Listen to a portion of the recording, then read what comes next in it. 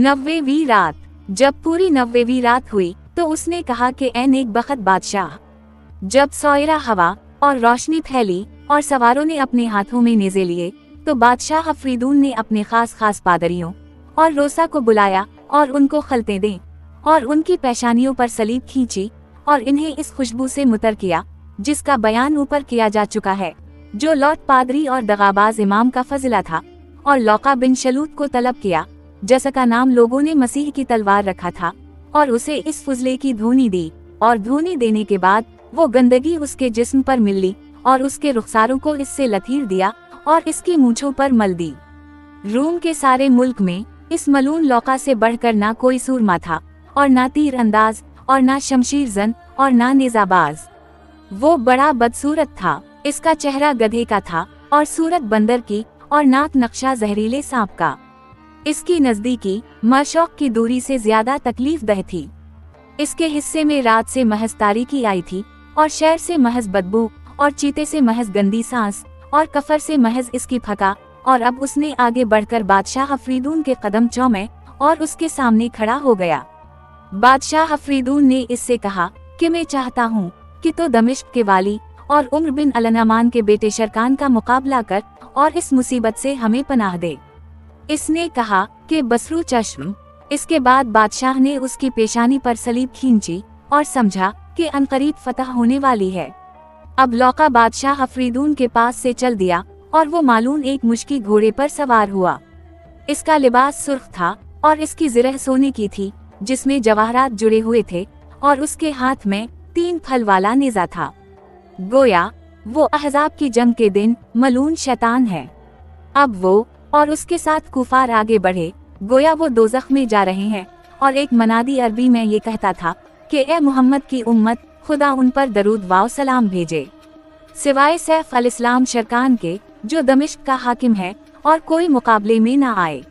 अभी इसकी बात पूरी ना होने पाई थी कि मैदान में एक शोर उठा जो हर शख्स को सुनाई दिया, और घोड़े की टापें दोनों सफों के दरमियान पट पट पड़ने लगे, और लोगों को हुसैन की लड़ाई याद आ गई। बुज़दिल लोग डर गए और गर्दनी उठा कर देखने लगे। जब इसे पहचाना तो वो बादशाह उम्र बिन अल-नमान का बेटा शहजादा शरकान था।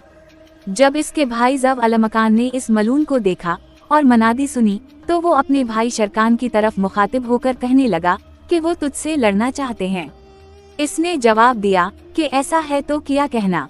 जब लोग सारी बातें समझ चुके और मनादी सुन चुके जो ये थी कि सिवाय शरकान के और कोई ना निकले, तो इन्हें यकीन हो गया कि ये मलून रूम का शहसवार है जो ये कसम खा चुका था कि मैं दुनिया को मुसलमानों से खाली कर दूंगा वरना मुझ पर खुदा की लानत हो।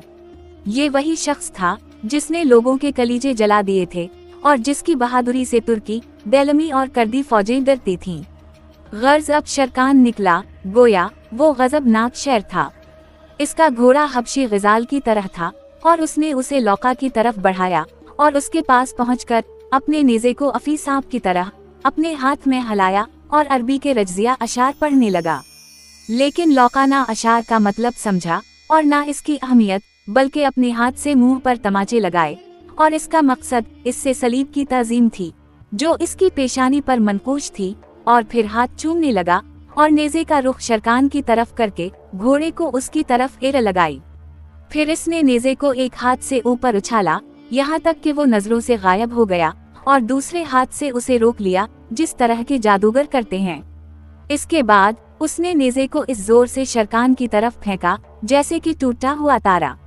इस पर लोग शोर करने लगे और डरे कि कहीं शरकान को जरर ना पहुंचे। लेकिन जब नेज़ा शरकान के करीब पहुंचा तो उसने उसे उड़ता हुआ पकड़ लिया और लोग दंग रह गए। अब शरकान ने उसी नेज़े को जो उसने ईसाई से लिया था अपने हाथ में लेकर इतना मोड़ा के करीब था कि वो टूट जाए और उसे ऊपर की तरफ हवा में फेंका, यहाँ तक कि वो नजर से गायब हो गया। और जब वो गिरा तो दूसरे हाथ से फी अलफूर पकड़ लिया, जोर से एक नारा लगाया और कहने लगा कि इस जात की कसम जिसने 7 तबका आसमान पैदा किया है, मैं इस मलून को कत्ल करके सारे जहान में इसकी तशहीर करूंगा। ये कहकर उसने वो नेज़ा लौका की तरफ फेंका। लौका ने चाहा कि वैसा ही करे जैसा कि शरकान ने किया था, और अपना हाथ बढ़ाया कि नेज़े को हवा में पकड़े।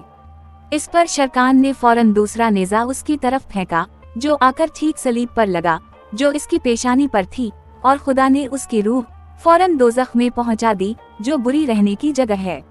जब कुफार ने लौका बिन शलूत को मरकर गिरते देखा, तो वो अपना मुंह पेटने और हाय अफसोस चलाने और खानकाहों के पादरियों से मदद तलब करने लगे। अब शहरजाद को सुबह होती नजर आई और उसने वो कहानी बंद कर दी जिसकी उसे इजाजत मिली थी।